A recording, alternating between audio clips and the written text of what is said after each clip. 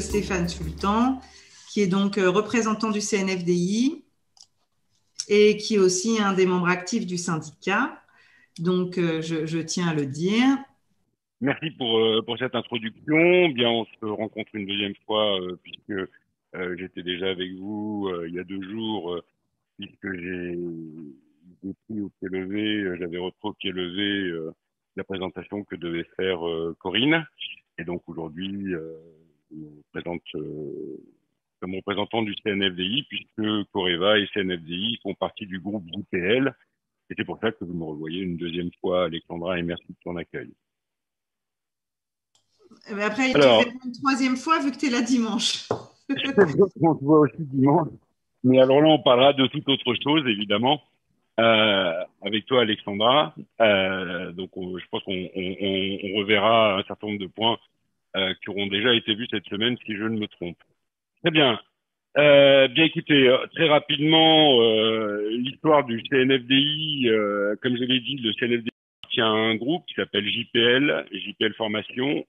Ce groupe est composé de plusieurs établissements de formation, dont le CNFDI, qui est l'établissement le plus ancien, puisqu'il a été créé en 1992 par Jean-Pierre Lénisse et Corinne Sultan, qui est directrice du centre.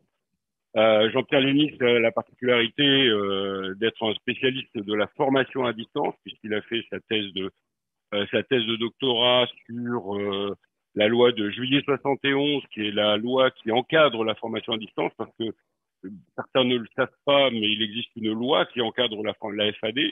Contrairement aux autres formules de formation en présentiel, la FAD est encadrée par une loi qui est la loi de juillet 71, qui impose un certain nombre de règles et de devoirs aux centres de formation, aux OF, et qui donne un certain nombre de droits aux apprenants. Et d'ailleurs, sur l'ensemble des contrats qui sont proposés lorsqu'on fait une FAD, normalement, un extrait de cette loi est obligatoirement communiqué aux apprenants. Donc là, c'est un point important. Et pourquoi c'est important? Parce que euh, depuis quelque temps, on parle beaucoup de distanciel et Alexandra et moi qui travaillons sur une formation semi-distancielle, j'allais dire, depuis quelques années. On nous a souvent posé la question de savoir si la qualité d'un organisme distanciel était la même que celle d'un organisme présentiel. Euh, et malheureusement, pour les personnes qui me posent la question, il faut juste savoir que la formation distancielle existe depuis 170 ans, puisque la première formation à distance a été proposée en 1850 par le groupe Pilier pour une formation de sténo. Donc depuis 1850, il existe des méthodes de formation à distance qui se sont affinées avec l'âge et qui se sont affinées avec la maturité et les besoins du marché. Donc en fait, la vérité, c'est que la formation à distance fait partie, j'allais dire, du cadre de la formation et de la formation professionnelle depuis maintenant 170 ans. Donc pour ceux et celles qui ont le souci de savoir si on peut transmettre de la connaissance ou de la compétence à distance, je vous rassure, c'est quelque chose que les organismes spécialisés font depuis maintenant un certain nombre d'années. Voilà, je voulais juste faire le point là-dessus parce que c'est toujours important. On a toujours ce doute, on remet toujours en question cette possibilité de pouvoir apprendre à distance. Et je tiens vraiment à faire savoir que cette démarche existe depuis maintenant un certain nombre d'années, qu'elle a fait ses preuves, puisque depuis maintenant presque 30 ans, le CNFDI a formé plus de 130 000 apprenants. Nous avons entre 8 000 et 10 000 inscriptions par an. Et nous formons dans plus de 29 secteurs. Donc, nous sommes un organisme généraliste et évidemment, nous essayons d'apporter toute la qualité possible aux formations que nous proposons. Alors, tout comme les autres centres, nous sommes dépendants du ministère du Travail, hein, puisque nous répondons aux obligations des organismes de formation à distance. Et comme tous les autres organismes, voilà. Comme tous les autres organismes de formation, eh bien, nous essayons de répondre à un certain nombre de certifications, puisque nous sommes aujourd'hui Calliope, comme la majorité des centres de formation adhérents au SPN, je crois. Tu me dis si je me trompe, Alexandra, mais je crois pas. Je crois qu'on est une majorité maintenant. Non, tu ne peux pas. Et évidemment, ça, c'est cette qualité, enfin ce processus de qualité, ce processus certifié que nous avons désiré, auquel nous avons désiré adhérer, nous permet d'assurer à nos apprenants une qualité de prise en charge et d'individualisation de la formation qui est reconnue nationalement, puisque c'est une certification nationale que nous affichons au même titre que le Datadoc ou le référencement Pôle emploi.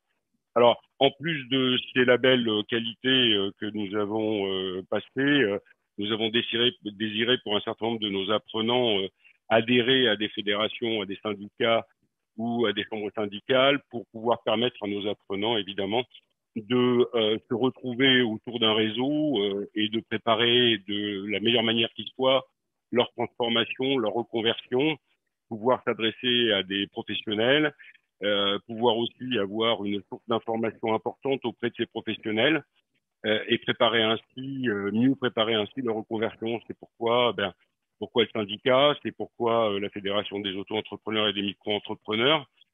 On va parler de la naturopathie et que, évidemment, lorsqu'on est en transformation, eh bien, on prendra le moins de risques possible et que la micro-entreprise reste quand même le statut le plus intéressant aujourd'hui dans la prise de risque, dans la transformation. Et nous avons aussi évidemment désiré travailler avec la fédération des écoles, la fédération des écoles européennes pour évidemment avoir une vision un petit peu de tout ce qui peut se faire au niveau européen euh, dans le monde de la formation professionnelle et de l'accompagnement des apprenants. Alors, le savoir-faire du CNFDI, bien, je l'ai dit, c'est la formation à distance principalement, c'est son cœur de métier depuis 30 ans et nous avons nous essayons de proposer à chaque fois qu'il est possible une personnalisation du parcours professionnel, du parcours de formation, puisque ceux qui viennent vers nous, enfin la majorité des apprenants qui viennent vers nous ont une vie, ont une expérience, ont des compétences et il est j'allais dire le même projet professionnel va avec des personnes qui ont des expériences différentes va peut-être nécessiter pour chacun une formation adaptée qui va prendre en compte les expériences acquises et les compétences déjà acquises. Donc une de nos particularités, c'est d'essayer à chaque fois qu'il est possible de le faire, d'adapter les parcours de formation et d'individualiser ces parcours de formation.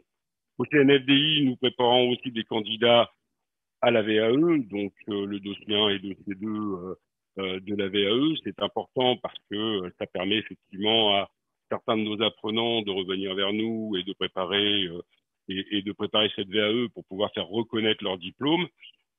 Nous en parlons avec Alexandra assez souvent d'ailleurs.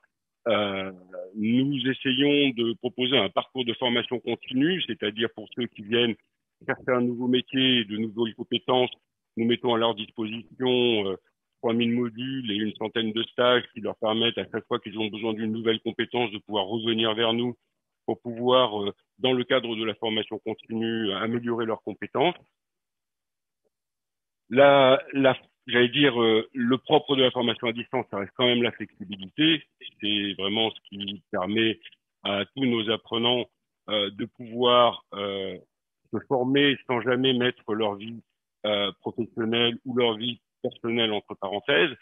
C'est vraiment l'objectif. Hein. On sait aujourd'hui qu'on va changer d'emploi ou de métier 3, 4, 5 fois dans sa vie professionnelle.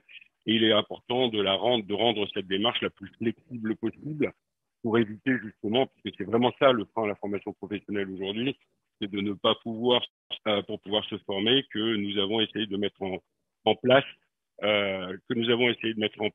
cette, cette adaptation au temps de formation. Alors évidemment, comme on parle de compétences, nous proposons des mix pédagogiques en fonction des projets professionnels qui nous sont présentés, puisque j'ai beaucoup insisté sur la formation à distance, mais nous complétons cette formation à distance par des regroupements pratiques qui permettent à tous nos apprenants de pouvoir se mettre en situation, tester leur savoir-faire, apprendre des gestes techniques, évidemment avec la supervision, sous la supervision de nos formateurs. L'idée est aussi de proposer un parcours pédagogique totalement adapté au distanciel, comme je l'ai dit tout à l'heure, c'est-à-dire que la méthode d'apprentissage n'est pas la même qu'en présentiel. Vous n'avez pas de professeur à côté de vous, vous n'avez pas l'émulation du groupe pour vous aider à comprendre, et donc il est important de mettre en place un certain nombre de moyens et de services, ce que nous avons fait, ce que nous faisons depuis 28 ans, de mettre en place un certain nombre de services pour vous accompagner, vous encadrer et vous permettre évidemment de ne pas vous sentir esselé pendant tout le parcours de formation, ce qui est indispensable pour pouvoir avoir l'assurance et pour pouvoir se rassurer à tout moment de son parcours professionnel dès qu'on a une question, dès qu'on a à chaque fois qu'on a une question, à chaque fois qu'on a besoin d'une information, qu'elle soit administrative, qu'elle soit pédagogique, eh bien, il est important de pouvoir se référer à des personnes dans l'entreprise, et nous avons mis à disposition de nos apprenants des référents pédagogiques qui sont dédiés à nos apprenants et qui ont pour seul objectif évidemment de s'assurer que chacun de nos apprenants a une réponse à la question qu'il s'est posée. Donc j'ai dit tout à l'heure qu'on proposait des formations. Alors en naturopathie, c'est le propre, enfin c'est le but on est dans le sujet, c'est la naturopathie. En naturopathie, le CNFDI propose une formation sur 2 niveaux, une formation à distance sur 2 niveaux, un niveau initiatique et un deuxième niveau de spécialisation. Et bien évidemment, à ces 2 niveaux vont venir s'ajouter un certain nombre donc la partie IFAD, c'est-à-dire formation à distance, vous permet d'acquérir les connaissances métiers nécessaires. Et puis on va associer à cette formation à distance, on va associer des regroupements présentiels pour acquérir des compétences, soit dans ces techniques naturopathiques, c'est ce que j'appelle les compétences verticales, ce sont les compétences métiers. Donc on va pouvoir venir vers nous et on propose une quinzaine de regroupements métiers sur l'ensemble des techniques thérapeutiques naturopathiques les plus connus, et évidemment des compétences horizontales, parce qu'il ne suffit pas d'être un bon praticien, il faut aussi savoir se vendre, il faut aussi savoir vendre ses services, savoir communiquer, savoir faire du marketing, savoir gérer une entreprise, et donc toutes ces compétences, on ne les a pas toujours, et il est important de pouvoir venir les trouver dans le cadre des regroupements qui sont proposés par notre établissement. Voilà. Donc nous avons une vision, on essaie d'avoir vraiment une vision globale du métier, en dehors des compétences techniques et des compétences verticales nécessaires, mais aussi d'apporter d'autres compétences qui peuvent permettre et concourir au succès d'une mise en route ou au succès de votre entreprise.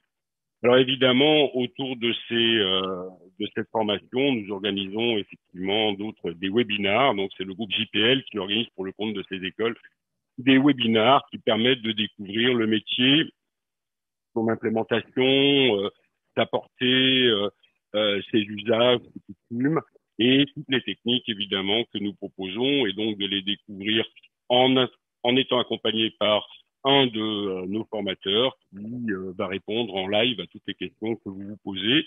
Ces webinars sont proposés plusieurs fois dans l'année, à de multiples reprises, puisque nous en faisons à peu près nous couvrons une trentaine de sujets, et nous en faisons à peu près 3 à 4 par semaine, et nous les répétons à peu près tous les 2 mois.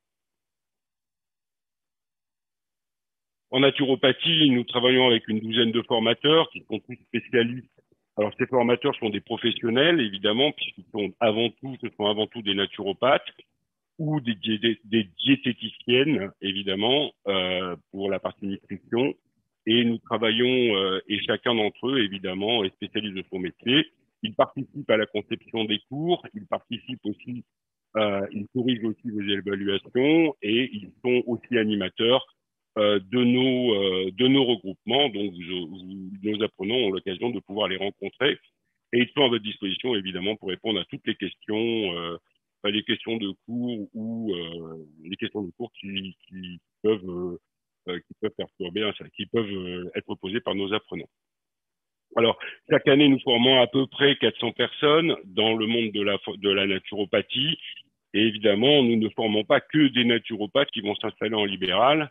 Nous formons aussi des personnes qui souhaitent compléter un métier. souvent des personnes du personnel de santé, et il ne faut pas le dire trop fort, mais de plus en plus de personnel de santé ont intégré le fait que le bien-être et l'accompagnement du malade ou l'accompagnement du malade passe par autre chose qu'une posologie ou un protocole médical traditionnel, que l'accompagnement du bien-être fait partie intégrante euh, de euh, de l'accompagnement aux malades. Et donc, on a de plus en plus, effectivement, d'infirmières, de sages-femmes, euh, même de médecins. J'ai un médecin, là, il n'y a pas très longtemps, qui nous a appelé justement pour entreprendre des études de naturopathie. Donc, on en a aussi, ça existe. Mais encore une fois, c'est bien évidemment pour compléter un métier déjà et être déjà installé. Alors, de plus en plus se développe aussi ce qu'on appelle les conseillers, mais pas les conseillers pas les conseillers au sens de l'entrepreneur, mais des conseillers en magasin, puisque de plus en plus de magasins euh, bio ou de parapharmacie emploient des spécialistes ou en tout cas des personnes ayant des connaissances en naturopathie. Et donc, ces commerciaux, ces conseillers, ces parapharmaciens ou ces pharmaciennes viennent se former pour pouvoir avoir un, un bon vernis, pour pouvoir une bonne connaissance du monde de la naturopathie et des techniques naturopathiques pour pouvoir mieux conseiller leur clientèle. Et enfin, bien évidemment, une partie de nos élèves viennent pour s'installer soit en qualité de conseiller ou de praticien en naturopathie que évidemment et que nous invitons à rejoindre et à qui nous invitons à rejoindre le SPN pour pouvoir justement profiter de tous les atouts et de toutes les informations qui les intéressera le jour où ils seront installés. Alors évidemment, nous travaillons avec le SPN, donc nous le faisons parce que nous souhaitons aussi que notre parcours pédagogique soit en ligne avec les modifications du marché. Et comme l'a dit Alexandra, au SPN, il y a des praticiens et ce sont eux finalement qui font le métier. Et c'est toujours intéressant de rester à l'écoute de ce métier. Et donc, nous essayons de faire évoluer notre parcours avec les conseils de ces praticiens et aussi et nous restons à l'écoute de l'évolution du métier, puisque comme vous le savez, ce métier, comme tous les autres, est encadré, il y a une législation et nous essayons de faire en sorte que, évidemment, nos apprenants soient au courant très tôt dans leur formation de la législation et de l'ensemble des points qui sont à respecter lorsque l'on s'installe. Voilà. Concernant le SPN, nous partageons une vision sur ce qu'est la formation professionnelle de naturopathe. Nous essayons, dans cette vision, en même temps, de nous assurer que nous avons un positionnement de la naturopathie en France qui soit acceptable et compatible avec le législateur et par le législateur, bien évidemment. Nous partageons aussi un engagement pour faire reconnaître la naturopathie comme un vrai métier, comme un métier installé, comme un métier qui a un cadre, comme un métier qui apporte une véritable valeur ajoutée. Et c'est vraiment le souci d'Alexandra, et c'est pour ça que nous l'avons rejoint et que nous sommes encore en train de travailler avec elle. Nous l'avons rejoint en 2015, si mes souvenirs sont bons, Alexandra. Et donc, nous continuons à travailler avec elle, justement, pour faire en sorte que ce métier soit réellement reconnu par le public, par le grand public, évidemment. Et merci à elle pour ces congrès qui participent, évidemment. Le plus important pour nous, c'est de faire en sorte que le bien-être, alors nous sommes, comme vous l'avez compris, nous sommes des spécialistes de la méthode pédagogique et nous travaillons avec des professionnels pour proposer nos formations. Donc, nous essayons d'allier la méthode et la connaissance, et ça c'est important pour nous, mais là, en l'occurrence, concernant la naturopathie, je suis personnellement impliqué, puisque pour moi, le bien-être et la prévention sont un complément qui seront et qui sont aujourd'hui et qui seront demain indispensables à la médecine traditionnelle, et je crois que cette période de Covid nous le montre, on parle de beaucoup de choses, autour de la maladie, autour du Covid, on parle de beaucoup de choses et ce beaucoup de choses a beaucoup à voir avec notre mental, notre énergie, notre positivité et la manière dont on se prend en charge. Donc voilà, pour nous, la reconnaissance du bien-être fait vraiment partie de notre quotidien et le naturopathe est vraiment le spécialiste qui doit à un moment ou à un autre participer à cette démarche. Voilà, et enfin avec Alexandra, je pense que nous partageons la volonté de mettre au centre de tout la bienveillance et le respect mutuel pour que ce métier soit évidemment le plus ouvert possible et le moins sectaire possible, évidemment. Mais ça, c'est une croyance très personnelle. Voilà, je pense avoir mis comme une demi-heure, comme d'habitude. Donc, ça va vous Parfait. laisser respirer, je pense. Bon respect du chrono. J'avais une première question, si tu me permets, Stéphane, je vais y répondre. C'est Myrna qui pose la question pourquoi le CNFDI ne dépose pas de titre RNCP. Donc, je vais vous préciser, Myrna, qu'il est totalement interdit aux organismes de formation français, qu'ils sont en cours de dépôt de titre ou non en cours de dépôt de titre, de vous donner ce genre d'informations. C'est puni par la loi. Donc, aucun centre de formation ne peut dire qu'il est ou non en cours de titre RNCP.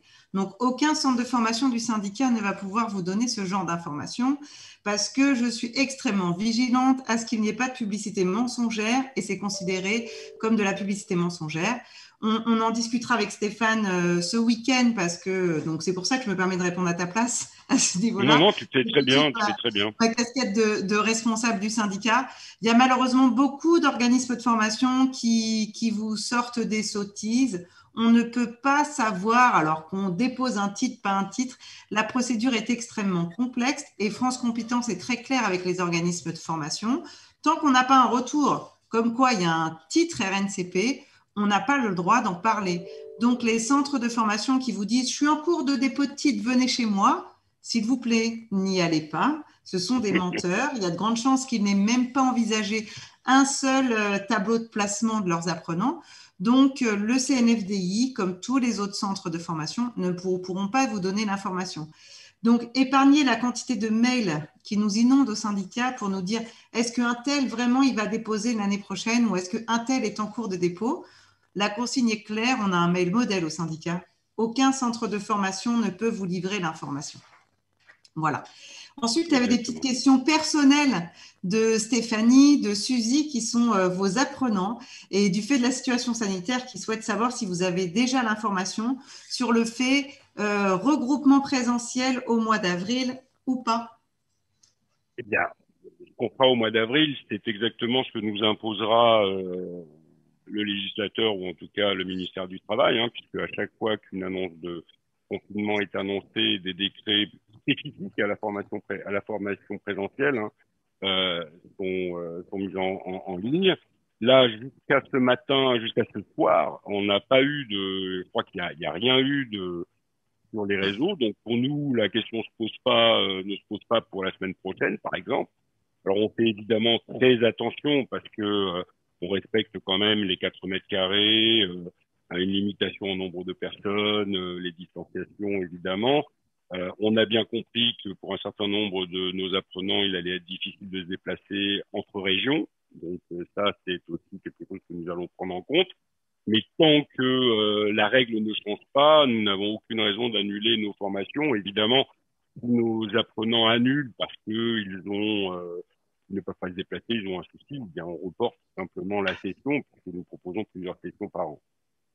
Ah, mais je peux pas en dire plus pour l'instant. Je sais pas si pour toi, Alexandra, tu as eu d'autres news, mais nous, l'équipe juridique du syndicat, sont vigilants depuis ce matin.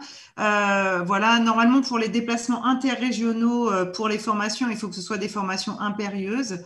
Donc, on a fait une demande au syndicat des organismes de formation ce matin, nous, syndicats naturaux.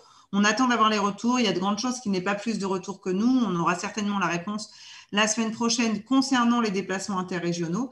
Et effectivement, comme le disait Stéphane, a priori, vous devriez pouvoir aller en formation en région parisienne, dans le sud, enfin, voilà, et dans le, oui, bien sûr. dans le grand Hauts-de-France, je ne trouvais plus la région. En Hauts-de-France, Ouais. j'ai fait ostéo avant de faire naturo, je n'ai pas fait géo, hein, ça se sent tout de suite. Donc voilà. Et voilà. Et donc, Suzy qui vient de Guadeloupe, bah, effectivement, au niveau interrégionaux et déplacements, je ne sais pas trop ce qu'il en est. Il faudrait peut-être que vous puissiez contacter votre conseil départemental ou des choses Oui, comme ça. mais à la limite, encore une fois, que ce soit pour Sylvie et tous les autres, quoi qu'il arrive, il suffit d'appeler le service stage et de donner votre situation et de voir avec elle et de s'organiser avec elle pour se repositionner sur une autre session, parce que encore une fois, euh, nos apprenants peuvent choisir la session qu'ils souhaitent dans l'année. Donc, moi, ce que je propose, c'est qu'effectivement, pour celles et ceux qui peuvent se déplacer, nous mettons à disposition aussi des justificatifs, hein, s'ils ont besoin de justificatifs pour se déplacer, euh, nous mettons à votre disposition des justificatifs. Et puis maintenant, si c'est pas possible, on comprend, mais évidemment, on est tout à fait ouvert pour que des modifications et des changements se fassent. Mais pour l'instant, il n'y a pas de, moi, j'ai rien vu passer sur les réseaux, hein, donc on va pas être plus royaliste que le roi. On va continuer à faire ce qu'il y a à faire. Bon, après, de toute façon, c'est le cas pour le CNFDI, c'est le cas pour tous les organismes de formation du syndicat. Tout le monde arrive à s'organiser rapidement. On Oui, sait, vous, apprenant, que vous êtes extrêmement bienveillant avec toutes les équipes des centres de formation. Vous savez qu'on fait au mieux pour votre sécurité sanitaire. C'est le cas pour le CNFDI, c'est le cas pour tous les centres de formation. C'est déjà le cas actuellement. Et si on doit faire évoluer, parce que le législateur nous demande de faire évoluer, ben, on fera évoluer avec le sourire. Parce qu'on est comme ça dans les sécurités syndicats. Est-ce que vous avez des questions à poser à Stéphane? ah, Est-ce que les ah, ergothérapeutes peuvent être reconnus par le syndicat qui ont une double casquette naturo et ergo? Aucun souci, Clémence. Nous, on prend tout professionnel soignant avec un numéro ADELI ayant au moins une spécialité en naturo. Donc, on a des ergos conseillers en micronutrition, des ergos conseillers en aroma. Ce qu'il faut, c'est que vous ayez au moins une certification dans une technique naturo pour pouvoir nous rejoindre. Et par contre, on ne met pas en avant votre exercice médical, vu que vous, en tant que professionnel soignant, on n'a pas le droit de mettre en avant votre spécialité. Donc, vous serez enregistré chez nous comme conseiller en micronutrition, par exemple. Et puis, bah, après, votre patientèle saura que vous êtes ergothérapeute conseiller en micronut, mais avec grand plaisir. Vous verrez, ce week-end, on a aussi le Dominique Blanc, qui est le président du syndicat des ostéopathes de France. Et donc, vous verrez, on a beaucoup d'ostéopathes qui sont au syndicat et qui ont, pour certains, un cursus complet de naturopathe, pour d'autres, quelques spécialités en naturopathie pour qu'ils puissent prendre en charge leur patientèle de façon holistique. Donc, à bientôt pour étudier votre dossier d'admission, Clémence, au syndicat. C'est bon, pas d'autres questions? On peut se mettre en mode infusion yogité. merci Alexandra. Merci pour l'opportunité que tu donnes à tous de pouvoir s'exprimer et de présenter leur savoir-faire. Merci encore à toi et à toute ton équipe. Merci Merci Stéphane. bien, c'est avec plaisir. Merci Stéphane. Ciao Steph, à bientôt. Ciao, à dimanche. À dimanche.